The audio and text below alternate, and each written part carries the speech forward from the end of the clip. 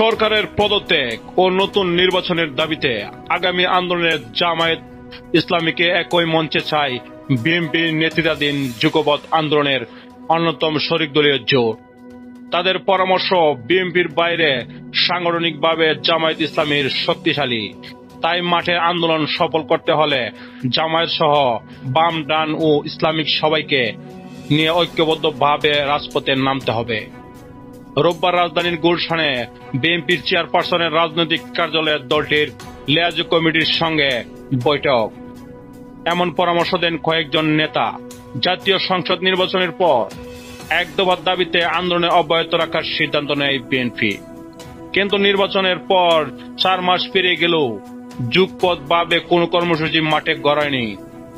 এমন প্রেক্ষাপটে সরকার বিরোধী আন্দোলনের কৌশল নির্ধারণের পরামর্শ নিতে শুরু করেছে বিএনপি। অংশ হিসেবে গতকাল 12 দলীয় জোটের পর একই স্থানে সঙ্গ করেছে দলটি। দলীয় জোটের নেতারা বলেন, 28 অক্টোবর এর আগে একই মঞ্চ থেকে আন্দোলন পরিচালনার বিষয়টি নিয়ে আলোচনা হয়েছিল। আমরা তখন একই মঞ্চে চলে এসেছিলাম, কিন্তু জগতের 2-1টি শরিক দল ও জোটের বিরোধিতার কারণে সেটা সম্ভব হয়নি। 28 অক্টোবর জামায়াত মাঠে ছিল, কিন্তু পৃথকভাবে। তারা কর্মসূচি করেছে ওই দিন সবাই ঐক্যবদ্ধভাবে। আন্দোলনে নামলে পরিস্থিতি ভিন্ন হতে পারত। বৈঠকের শুরুতেই বিএনপির পক্ষ থেকে দেশের বর্তমান অর্থনৈতিক, সামাজিক ও রাজনৈতিক প্রেক্ষাপটে আন্দোলনের নতুন কর্মসূচি নেওয়া হয়। সে ব্যাপারে 12 দলের নেতাদের কাছে পরামর্শ চাওয়া হয়।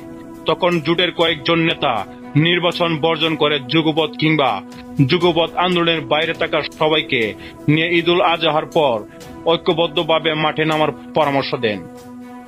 এই সময় 2-1জন নেতা ঢাকায় এক মঞ্চ থেকে সমাবেশ এবং ঢাকার বাইরে সব মহানগরে একই আদলে সমাবেশের মতো কর্মসূচির প্রস্তাব করেন। তবে কেউ কেউ বলেন, কোনো কারণে একমাত্র সম্ভব না হলে যুগপৎ এর পরিধি বাড়ানো যেতে পারে।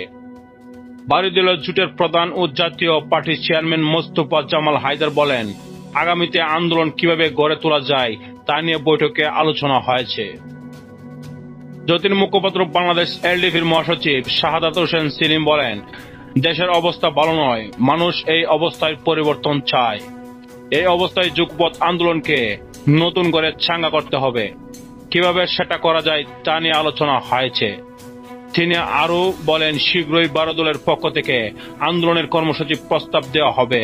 ধন্যবাদ, ভালো থাকবেন, আল্লাহ হাফিজ।